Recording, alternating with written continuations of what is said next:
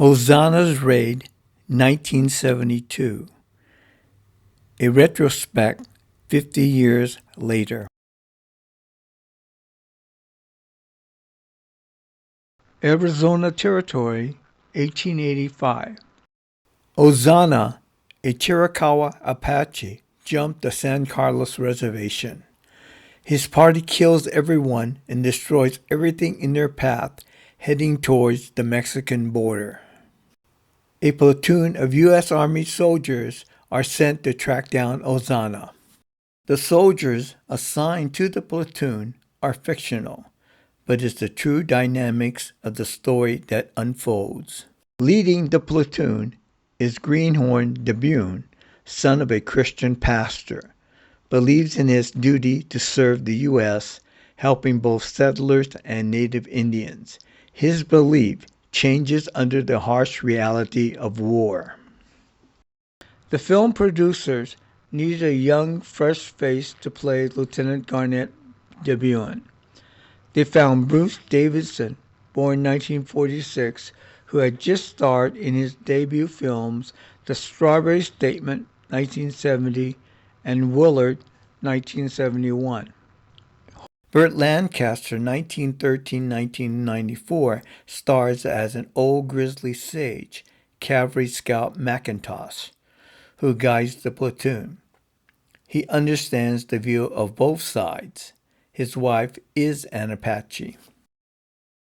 18 years earlier, in 1954, Burt Lancaster starred in Apache.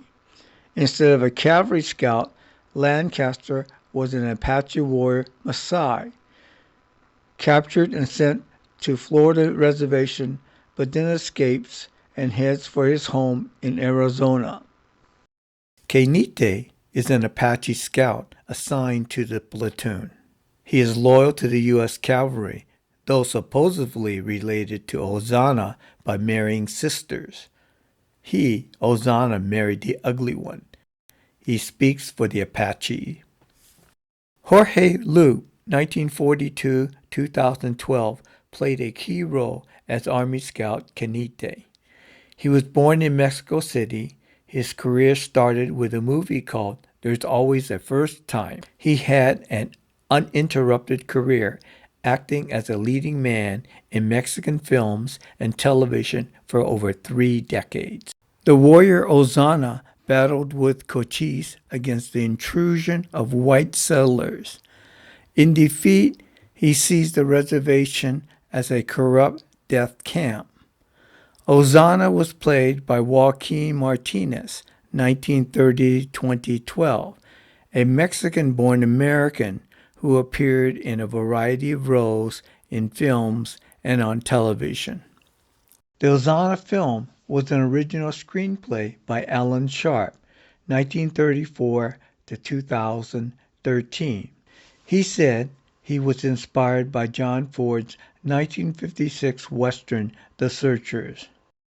Ulzana's escape and ensuing violence did occur. However, the encounter with the U.S. platoon and Battle of Wits is fiction. The real Ulzana was more ruthless and daring than the one I had written about.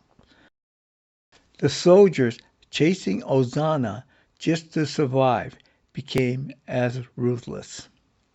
Although technically not credited as such, Burt Lancaster was virtually a producer on the film, helping bring it to the screen, taking a percentage instead of an upfront salary, and having a say in the editing stages. The first film he appeared was in 1946's The Killers, both a critical and commercial success. Not only was he in demand for roles, he formed in 1948 a production company producing films such as Jim Thorpe and The Crimson Pirate. Burt assembled the Ulzana's raid crew, bringing on Robert Aldrich, 1918-1983, as director. Aldrich had directed Lancaster in Apache and Veracruz, both of which were co-produced by Lancaster back in 1954. Among Aldrich's most popular films included Whatever Happened to Baby Jane, The Dirty Dozen, and The Longest Yards. Aldrich was born in a family of wealth and social prominence, such as Revolutionary hero Nathanael Greene, Roger Williams, founder of Rhode Island, and John D. Rockefeller, Jr. As a young man, Aldrich questioned the family's politics and power, which clashed with his sympathies with left-wing political movements. In his 1967 Dirty Dozen, Aldrich claimed the killing of Germans and innocent civilians doused with gasoline shows the whole nature of war is dehumanizing. There is no such thing as a nice war. Aldrich later claimed, from the time we started Ulzana's raid to the time we finished the picture, I'd say 50 to 60% of it, the script, was changed. Alan Sharp, the writer, was very amenable and terribly helpful. And fortunately, Lancaster and I felt pretty much the same about the picture. There were two versions of the film. The American release was edited under the supervision of Aldrich, while the European version was overseen by Lancaster. Some action scenes in the film involve horses. The scenes were considered so cruel to horses that they were cut from the European version. One scene in the European release, left out of the American release, was an allegory of who really fights in combat. And who will the major send in command? Mr. Buin has no field experience. That would seem to indicate that the honor is yours, Captain. As soon as it that you expect to be transferred back east, Charles? What is it you've got back there in Washington? Uncle, is it? The undersecretary is my mother's brother, sir. Out here, that's what we call an uncle. I suppose McIntosh can keep the Buin from coming to too much harm. The scene was believed to be too controversial for 1972 America. Ulzana's Raid was produced in early 1972 when the U.S. was still involved in the Viet Nam War. At the time, a majority of Americans believed the Vietnam War was still winnable. The film was released October 27, 1972. Ironically, the day after, Kissinger declared peace is at hand in Vietnam and that a final agreement could be achieved after one more 3-4 day negotiation session. Note, due to politics, U.S. involvement in Vietnam didn't end until April 30th, 1975.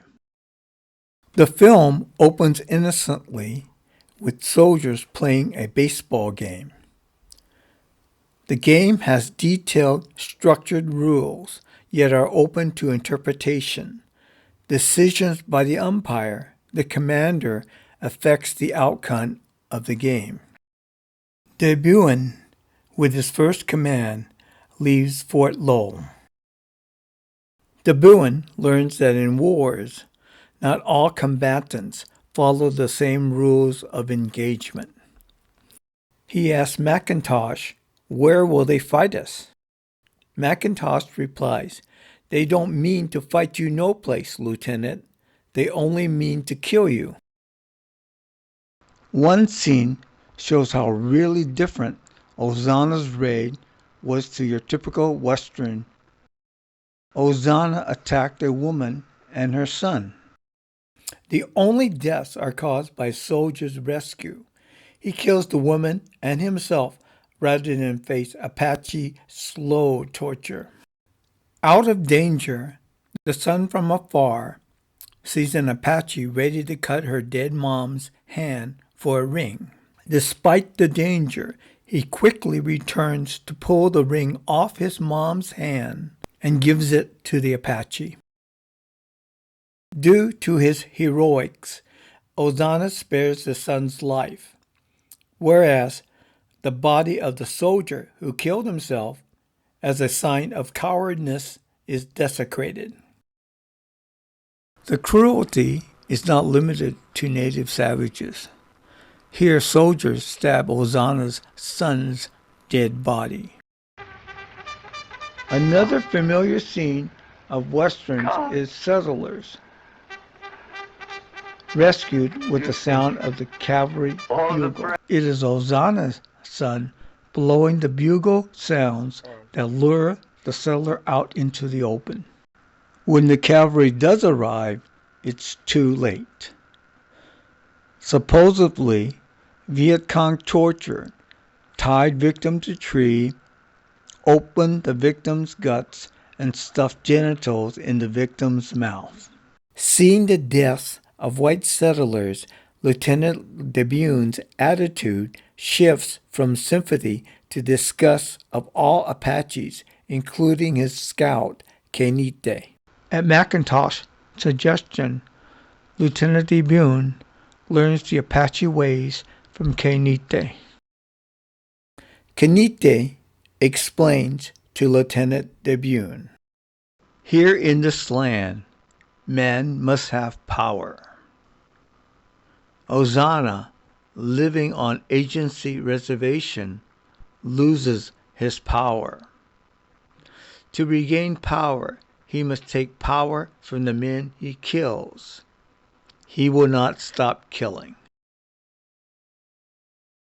The chase becomes a battle of wits between the soldiers and Apaches. Who can destroy the other? Lieutenant DeBue realizes the Apaches are not wild savages, but cunning adversaries requiring bold strategy to defeat, using a trap with soldiers as bait.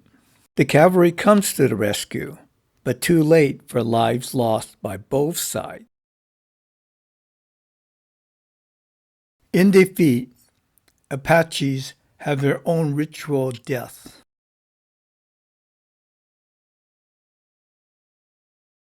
Lieutenant DeBue, no longer clean-cut but wiser than when he started this campaign, salutes Scout Kenite. In war, there are no winners.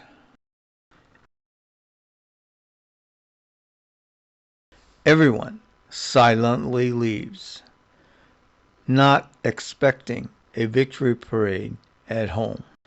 When released in 1972, the film did not do well at the box office against the likes of The Godfather, Cabaret, and The Poseidon Adventure.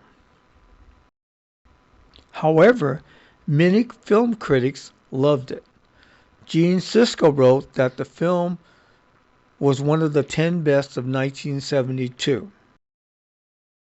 Ulzana Raid is an engrossing Western, less for its traditional genre credentials than for the way which it represents white versus Indian attitudes, Bernard Hemingway.